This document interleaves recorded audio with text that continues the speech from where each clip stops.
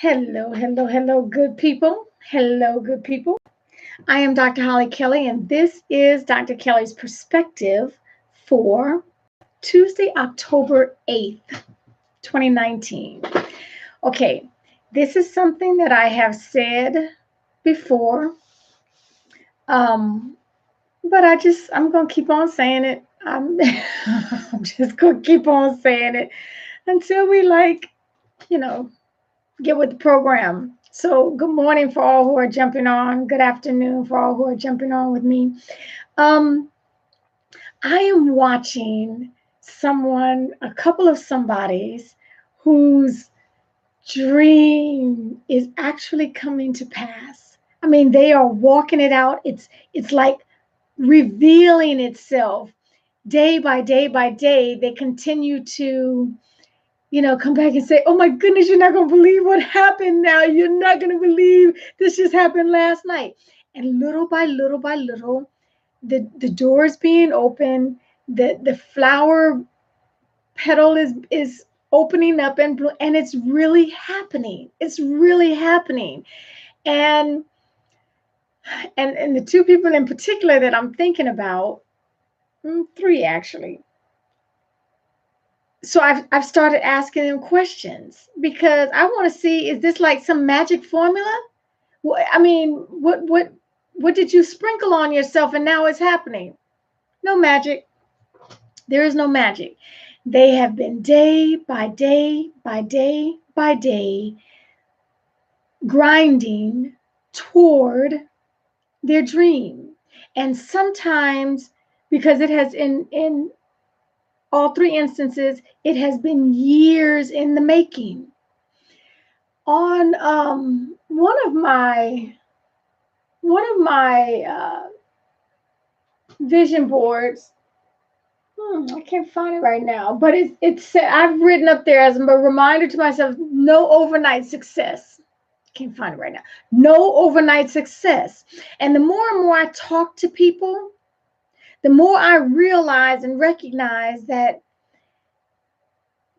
when they see us, whoever the they is, when they see us, it might look like, oh my goodness, she is doing her thing. He is making it happen. He just came out of nowhere.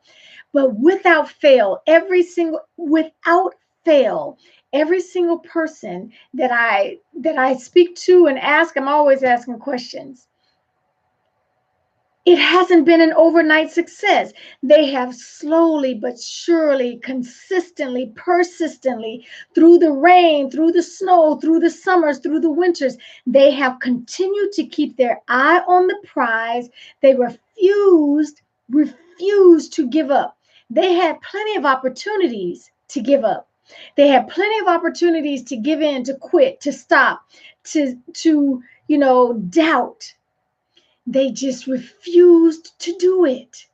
And they are not superhuman people. They're not, biblical characters that just, that's why they can do it, because they got the faith of, and they got okay. They're just everyday, regular people like you, like me, like people in your circle who are doing it. They simply refuse to give up.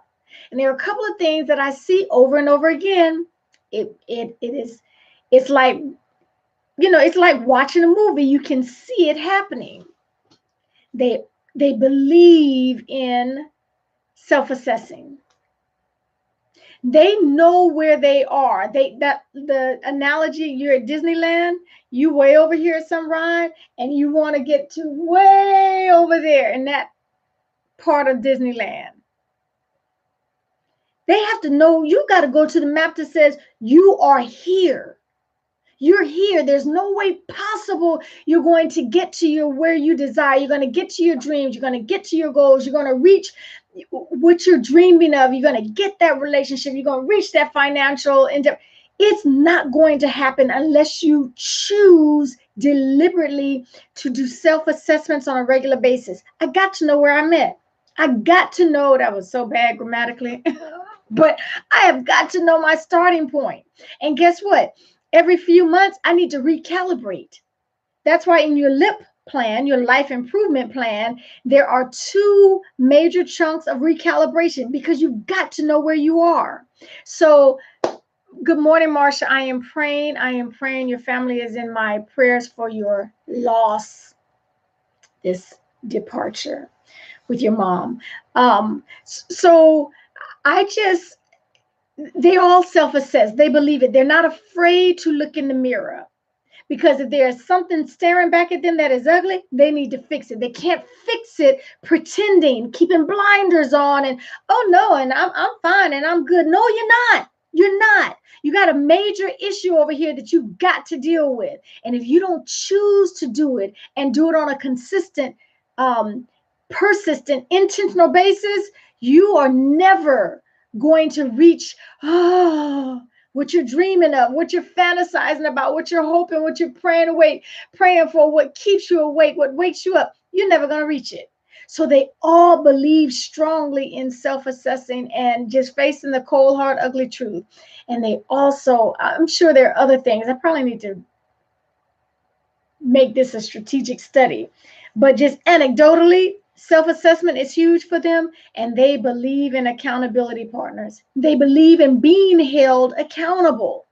So when you find people who don't want anybody telling them anything, they don't want to hear what anybody has to say, they're not asking for, and I've said this before, no one has ever gotten there alone. You are so right, Ira Kelly. Yes, to you, Marsha, and your family. So, I've said this often, that this has come from growth, because I am very, very sure that Hollie Kelly at some point has said, well, I don't care what they think.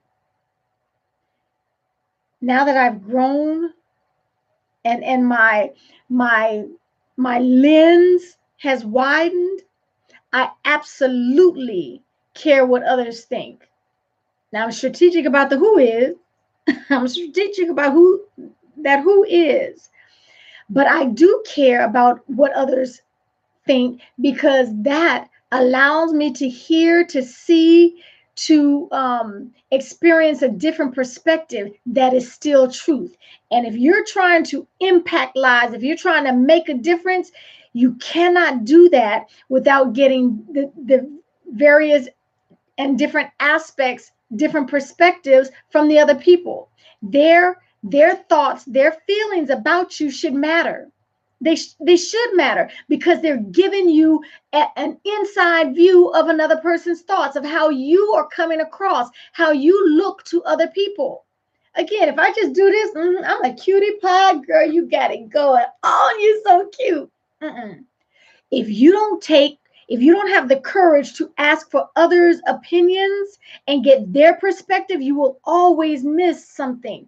And that piece that you miss is the piece that you need to get you to the next step, because we don't get there by ourselves.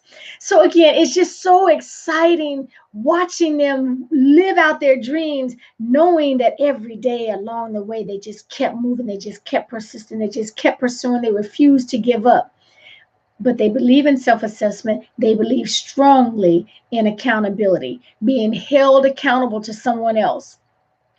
It is a dangerous place to be when you run into someone who, I don't need nobody's help.